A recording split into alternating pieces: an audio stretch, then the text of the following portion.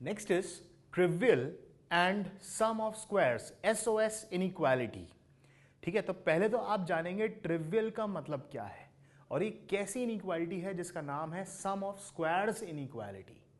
ठीक है, हम कंसिडर करते हैं एक नंबर x जो कि एक रियल नंबर है। अब रियल नंबर का अगर स्क्वायर करें तो ये हमेशा ग्रेटर देन और इक्वल टू 0 होता है। बोलो होता है, ये हमने बात की हुई है। Means x square is always greater than और इक्वल टू 0। इसको हम बोलते हैं trivial inequality. Trivial inequality, trivial word means solutions is equal to 0। जब 0 सोल्यूशन आता है तो उसको अपन बोलते हैं ट्रिवियल सोल्यूशन। ठीक है, तो इक्वालिटी होल्ड कब होगी? स्क्वायर आप लोग जानते हैं कि ये इक्वल टू 0 जब होगा तब हमें मिलेगी ट्रिवियल इनइक्वालिटी। ठीक है, तो x equal to 0 we will get a trivial. अब हमने एक में डील किया, अब हम एक से ज्यादा में डील करेंगे। अगर एक से ज्यादा में डील करें तो ये है SOS of numbers, sum of squares of numbers जो होते हैं वो हमेशा नॉन नेगेटिव होते हैं। ठीक है, किन्हीं भी नंबर्स का अगर आप स्क्वायर कर रहे हैं तो वो कभी नेगेटिव तो हो नहीं सकते, तो हम बोलते हैं नॉन नेगेटिव। पॉजिटिव नहीं बोलते क्योंकि वो सब मिलकर 0 हो सकते हैं। Non negative means greater than और इक्वल टू 0। ठीक है, जैसे X square plus Y square, this sum is always greater than और इक्वल टू 0। क्लियर, ये कभी नेगेटिव नहीं हो सकता। That is sigma xi square is greater than और equal to 0, this is for always. xi means i की value vary करेगी। जैसे 3 है तो i की वैल्यू हो गई 1, 2 एंड 3, तो इसका मतलब हो गया x1 square plus x2 square plus x3 square. 3 squares का सम हमेशा क्या होगा बच्चों? ग्रेटर देन और इक्वल टू 0। 3, 4, 5 कितने भी हो, बट कंडीशन वो सारी जो x जो नंबर्स हैं वो सारे रियल नंबर्स होने चाहिए। Clear? So this is known as SOS inequality. Equality hold आप समझ ही गए कब होगी? जब सब लोग इंडिविजुअली 0 होंगे। तो xi is equal to 0 for every i। This sign is for every, हर i के लिए, हर i के लिए xi 0 होना चाहिए। मतलब x1 भी 0, x2 भी 0 और x3 भी 0।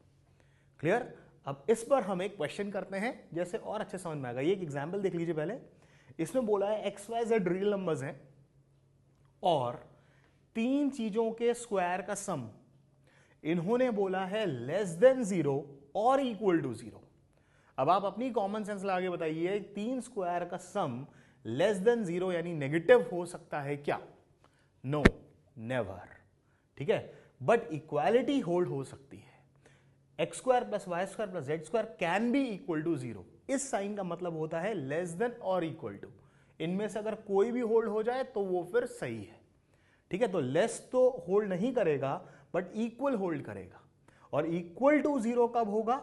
जब तीनों 0 होंगे। सिर्फ इसी कंडीशन पर ये होल्ड करेगा क्योंकि x y z real number है। अगर x y z real number नहीं दिए होते तब हम ये कंफर्म नहीं बोल सकते कि एक्स वाई जेड को 0 होना पड़ेगा। ध्यान दीजिए इस पॉइंट पे। यानी जब हमें बोल दिया कि एक्स वाई जेड रियल है तो पक्का श्योर शॉट एक ही सोल्यूशन होगा और वो है x बराबर y बराबर z बराबर 0। इसलिए x y z belongs to R देना बहुत इंपॉर्टेंट है। क्लियर? चलिए अब हम करते हैं इस पर एक अच्छा क्वेश्चन। ध्यान से देखिए, इस क्वेश्चन में दिया है for x comma y belongs to R means x and y are real numbers, then find all possible values like range। range मतलब कहां से कहां तक इसकी वैल्यू जाएगी। ठीक है, रेंज मतलब सब समझते हैं। ओके, तो find range of this expression. इस एक्सप्रेशन की मुझे रेंज निकालनी है। ठीक है, तो एक्स वाई आर है और find range of this expression. इस टाइप का क्वेश्चन हमने प्रीवियस वीडियो में किया था जब हमने ऐसे ही एक एक्सप्रेशन था उसे होल स्क्वायर बना के सम के फॉर्म में लिखा था। तो चलिए इसको भी हम कोशिश करें कि होल स्क्वायर्स में के सम के फॉर्म में लिख पाए। ये हमें दिख रहा है 2x का होल स्क्वायर, 2x का होल स्क्वायर। 9y को मैं लिख सकता हूं 3y का होल स्क्वायर। -12x, तो -12x को 2 इंटू, आप चाहे तो उसको लिख दें 2x, ये देखिए 2 इंटू 2x, 2ab बनाने की थॉट है, और 4 3 ज़ा 12 इंटू 3 और लगा देते हैं। क्लियर? ऐसी 3y है, उधर 6y है, तो क्या लिखें? +2 इंटू 3y, दैट्स इट। और कुछ लिखने की जरूरत नहीं है, आप चाहे तो इंटू 1 लिख सकते हैं। ठीक है, तो मेरा जो थॉट है वो है a² -2ab, और यहां से भी देखिए b² -2ab, इसी तरह से फॉर्म बन रही है। पर एक ये 3 हमने अब इसका स्क्वायर भी लाना पड़ेगा, ठीक है ना, तो इसको हमें ऑटोमेटिकली क्रिएट करना पड़ेगा। तो हम एक काम करते हैं, +3² करके -3² कर देते हैं। ऐसे यहां पर 1 है, तो इसको लिख देते हैं 1² -1²। क्लियर? तो होगा क्या? 2x का होल स्क्वायर, ये टर्म और ये टर्म, ये तीनों टर्म्स कंबाइन होकर बन गई 2x -3 का होल स्क्वायर प्लस, बोलिए ये वाली टर्म ले लें 3y होल स्क्वायर, और ये वाली टर्म और एक 1² ले लेते हैं। तो ये कंबाइन होकर क्या बन गया बच्चों? 3y, बोलो, -3, 3y, एक मिनट रुको, 3² ले लिया हमने और एक 1 ले लिया, ठीक है। तो ये लिखा है a², इसको तो हम हटा देते हैं, 1 लेते हैं, तो 3y +1, क्योंकि यहां पर प्लस साइन है, इसलिए क्या ले रहे हैं? 3y +1 का होल स्क्वायर। क्लियर? और जो माइनस की टर्म्स हैं वो है -9 और -1, यानी ये -10। ठीक है, तो ये होल स्क्वायर फॉर्म में हमने इसको लिख लिया। एक बार फिर देख लेते हैं कैसे किया। 2x का होल स्क्वायर, ये वाली टर्म रखी साथ में, और ये वाली टर्म, और इसके साथ 3 का स्क्वायर, ये तीनों मिलके 2x -3 का होल स्क्वायर, और इसके बाद 3y का होल स्क्वायर, 1 का स्क्वायर, और 2 इंटू 3y इंटू 1, ये है 3y +1 का होल स्क्वायर। और -10 कहां से आया?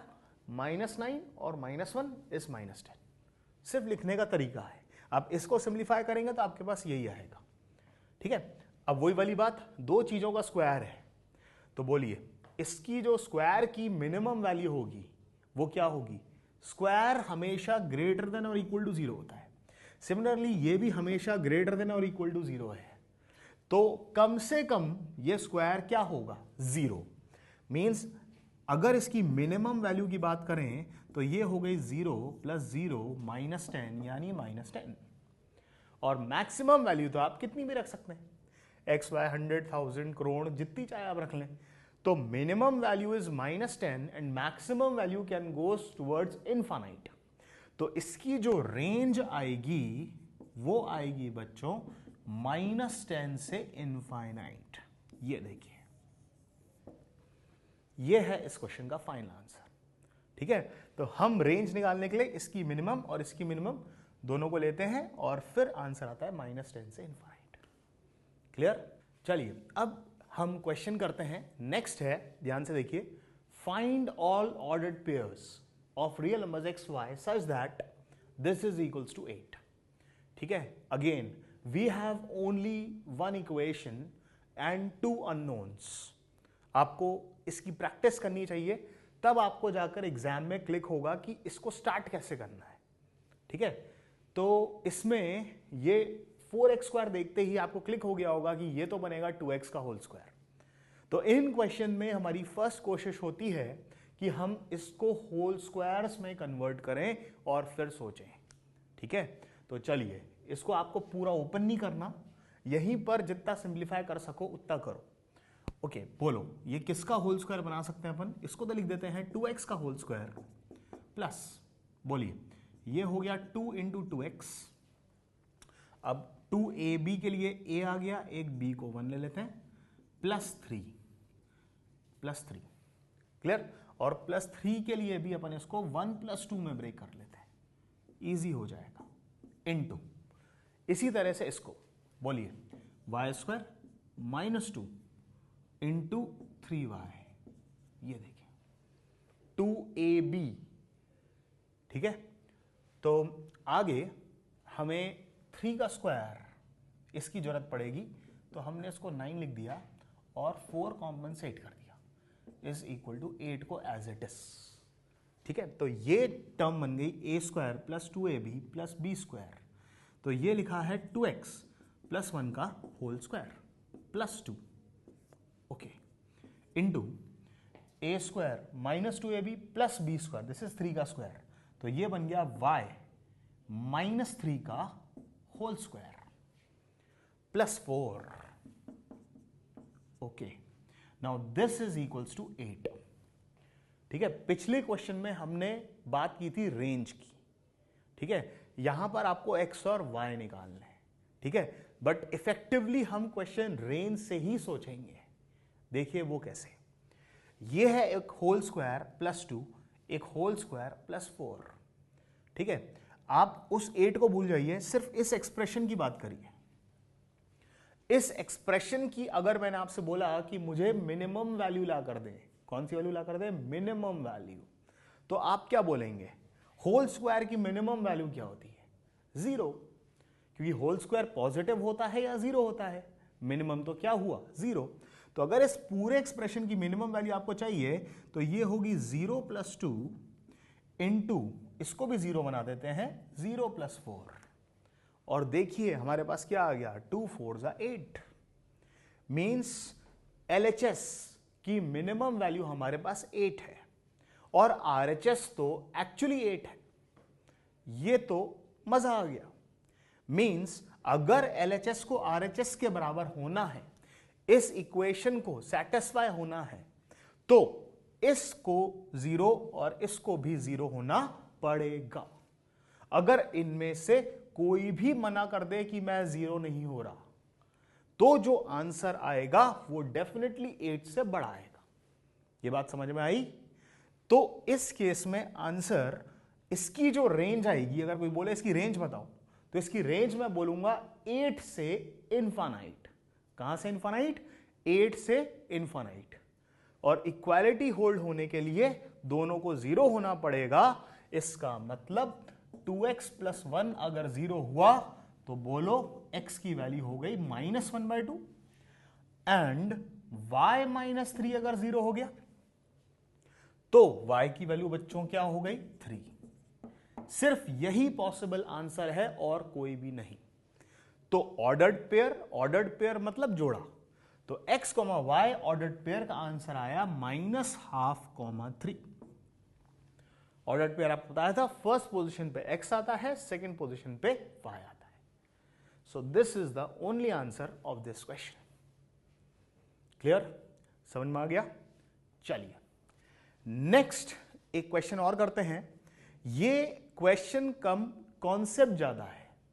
This is a very very conceptual problem, जो आगे चल के आपके सामने क्वाड्रेटिक इक्वेशंस और खूब सारी जगहों पर, कैलकुलस में, हर जगह आपके साथ ये डीलिंग होती रहेगी। ठीक है, तो क्वेश्चन एक बार देख लेते हैं। If b² - 4ac is less than 0, ध्यान से देखिए, b² - 4ac क्या होता था? डिस्क्रिमिनेंट। हम लोग पढ़ते थे क्वाड्रेटिक के रूट्स निकालने में, -b plus minus under root b² - 4ac by 2a। तो रूट के अंदर का स्टफ b² - 4ac को क्या बोलते थे अपन? डिस्क्रिमिनेंट। ये हमारा डिस्क्रिमिनेंट d होता था। सो b² - 4ac is less than 0 and a is greater than 0. Okay, then show that ax² plus bx plus c is always greater than 0 for every x belongs to R. ये हमें prove करना है कि अगर ये चीज नेगेटिव है और a पॉजिटिव है, तो ये एक्सप्रेशन हर हाल में पॉजिटिव होगा, चाहे आप x कुछ भी रख दें, कुछ भी मतलब कुछ भी, रियल होना चाहिए। ठीक है, तो x इज रियल, मतलब x माइनस इंफिनिटी से इंफिनिटी, पूरी नंबर लाइन में से कुछ भी x लाएं और इसमें रख दें, तो आपके पास ये वैल्यू हर हाल में पॉजिटिव आएगी। आप नेगेटिव, यहां तक कि ये वैल्यू 0 भी नहीं बना सकते किसी x की वजह से। ठीक है, ये है इस क्वेश्चन का मतलब। पहले अपन प्रूफ करते हैं, फिर इसकी एप्लीकेशन को समझ के दिमाग में फीड कर लेते हैं। ठीक है, चलिए प्रूफ करने में मेरी हेल्प कराइए। सबसे पहले उस एक्सप्रेशन से बात करते हैं। इस एक्सप्रेशन से ax² plus bx plus c, ठीक है, इसमें से हम a कॉमन लेते हैं, तो बोलिए यहां से अगर अपन a कॉमन लें तो हमारे पास बचेगा X square plus B X upon A plus C upon A. ये देखिए, क्लियर। अब हम यहां पे होल स्क्वायर बनाएंगे। जैसे यहां पर एक होल स्क्वायर बनाया था हमने, होल स्क्वायर बनाते वक्त आपको ध्यान रखना है कि जो इसके साथ होता है कोफिशिएंट उसका हाफ करता है, ठीक है। ऐसी x का कोफिशिएंट यहां पर क्या है, b बाय ए, तो आपको b बाय ए का क्या करना है, हाफ। ध्यान रखना, कोफिशिएंट का हाफ करते हैं यदि एक्स स्क्वायर का कोफिशिएंट 1 हो तो इसका 1 होने के बाद x के कोफिशिएंट का हाफ किया जाता है अगर आपको होल स्क्वायर बनाना हो। देखो कैसे, equals to A, b by A का हाफ हो गया b by 2a, x plus b by 2a का होल स्क्वायर, ठीक है। अब मैंने क्यों हाफ किया आपको समझ में आ जाएगा। इसका होल स्क्वायर जब आप ओपन करेंगे तो आपके पास लिखा हुआ आएगा x square plus 2ab, 2x into b by 2a, तो 2 से 2 कट जाएगा, ये टर्म आ जाएगी, क्लियर। और एक टर्म और आएगी, वो है b square by 4a square, इसका स्क्वायर, पर यहां तो वो प्रेजेंट है ही नहीं, तो वो प्लस वाली टर्म को कॉम्पनसेट करने के लिए minus B square by 4a square हम लिख देंगे और c बाय ए को एज इट इज चलने दो। ये देखो, ऐसे हम इसको होल स्क्वायर में कन्वर्ट करते हैं, क्लियर। चलिए आगे देखिए, अब a को हम मल्टीप्लाई कर लेते हैं दोनों को, तो यहां से हमारे पास आ जाएगा a x plus B by 2a का whole square minus B square upon 4a plus C. Okay, अब इसको और सिंप्लीफाई करें तो A X plus B by 2a whole square minus common ले लेते हैं एंड 4a नीचे आया, ये आ गया b square minus 4ac। This is what we actually get. अब सोचने का टाइम, जो हमें दिया है वो है a पॉजिटिव, मतलब कि ये वैल्यू पॉजिटिव है, और क्योंकि ये एक होल स्क्वायर है तो ये तो वैसे ही पॉजिटिव रहेगा। होल स्क्वायर कभी भी नेगेटिव नहीं होता है, तो ये वैल्यू पॉजिटिव, ये वैल्यू पॉजिटिव, मतलब ये पूरी वैल्यू पॉजिटिव, क्लियर। अब देखिए ये बी स्क्वायर माइनस 4ac क्या होगा ये बताइए। बी स्क्वायर माइनस 4ac ये इसने दिया है नेगेटिव, यही अपना d था, ये वैल्यू एक्चुअली नेगेटिव है और नीचे a पॉजिटिव है, तो अगर ये नेगेटिव है और बाहर भी नेगेटिव है तो नेगेटिव और नेगेटिव क्या बन गया बच्चों, पॉजिटिव, और नीचे भी पॉजिटिव है, मतलब ये टर्म भी पॉजिटिव है और माइनस के साथ कंबाइन करने पर ये पूरी टर्म भी पॉजिटिव है, और पॉजिटिव और दो पॉजिटिव टर्म का सम हर हाल में पॉजिटिव ही निकल के आता है, क्लियर। दो पॉजिटिव टर्म का सम हमेशा क्या आता है, पॉजिटिव, कभी भी नेगेटिव या जीरो नहीं आ सकता है। That's why this expression comes out to be always positive for every x belongs to real number, clear. चलिए अब आपसे अगर पूछते हैं कि इस केस में अगर हम कोई एग्जाम्पल देखें, ठीक है, जैसे इसी का एक एग्जाम्पल लेते हैं। लेट सपोज मैंने ले लिया x square minus 2x plus 4, ये एक्सप्रेशन देखिए, क्या ये एक्सप्रेशन कभी नेगेटिव हो सकता है क्या? नो। एक तो है कि आप इसको डायरेक्टली होल स्क्वायर फॉर्म में बना के चेक कर सकते हैं, x minus 1 whole square plus 3 इसको लिख दो और बताइए इसकी मिनिमम वैल्यू क्या हुई, 3। वो कब हुई कि ये क्या बन जाए, 0, तो इसकी जो रेंज होगी एक्सप्रेशन की वो होगी 3 से इंफिनिटी, ठीक है। तो ये वाली चीज मिनिमम तब होगी जब ये 0 हो जाए, और 0 प्लस 3 क्या हो गया, 3। कोई किसी की वैल्यू अगर 3 से स्टार्ट हो रही है और इन्फिनाइट तक जा रही है तो वो हर हाल में क्या होगा, पॉजिटिव होगा। अब ये पॉजिटिव इसलिए आया क्योंकि बच्चों इसका जो a है, a मतलब एक्स स्क्वायर का कोफिशिएंट, a मतलब क्या होता है, एक्स स्क्वायर का कोफिशिएंट 1, वो क्या है, पॉजिटिव। और इसका अगर आप d भी चेक करना चाहेंगे तो वो क्या आएगा 4 माइनस 4 इंटू 1 इंटू 4, साफ साफ दिख रहा है कि ये भी क्या आ रहा है, नेगेटिव। ठीक है, तो एक बात सब ध्यान रखना, किसी भी क्वाड्रेटिक एक्सप्रेशन का यदि a पॉजिटिव हो, a मतलब एक्स स्क्वायर का coefficient, leading coefficient, a is this x square का कोफिशिएंट, a पॉजिटिव हो एंड d नेगेटिव हो, तो ये क्वाड्रेटिक एक्सप्रेशन हर हाल में पॉजिटिव होता है, greater than 0। This is a tip for you all. ठीक है, क्या बोला, अगर a पॉजिटिव हो और d नेगेटिव हो तो ये एक्सप्रेशन क्या होता है, पॉजिटिव। ठीक, इसी का अपन रिवर्स कर सकते हैं। अगर कोई क्वाड्रेटिक एक्सप्रेशन में a नेगेटिव हो और d भी नेगेटिव हो, a नेगेटिव होने के साथ साथ d भी नेगेटिव हो, तो बोलिए ये एक्सप्रेशन क्या होगा, always negative. This is and. आप चेक कर सकते हैं यहां पर, मान लीजिए a नेगेटिव है, a नेगेटिव है और d यानी b स्क्वायर माइनस 4ac भी नेगेटिव है, ये टर्म नेगेटिव, होल स्क्वायर तो वैसे ही पॉजिटिव है, पॉजिटिव इंटू नेगेटिव, ये पूरी चीज नेगेटिव हो गई, माइनस a है नेगेटिव और d भी है नेगेटिव, और नेगेटिव मिलकर क्या हो गए बच्चों, पॉजिटिव, और बाहर तो एक माइनस है, मतलब नेगेटिव, और जब दो नेगेटिव जुड़ेंगे तो हमें क्या मिलेगा, नेगेटिव। ठीक है, तो अगर a नेगेटिव हो गया और d भी नेगेटिव है तो ये क्वाड्रेटिक एक्सप्रेशन हर हाल में क्या होगा, लेस देन 0।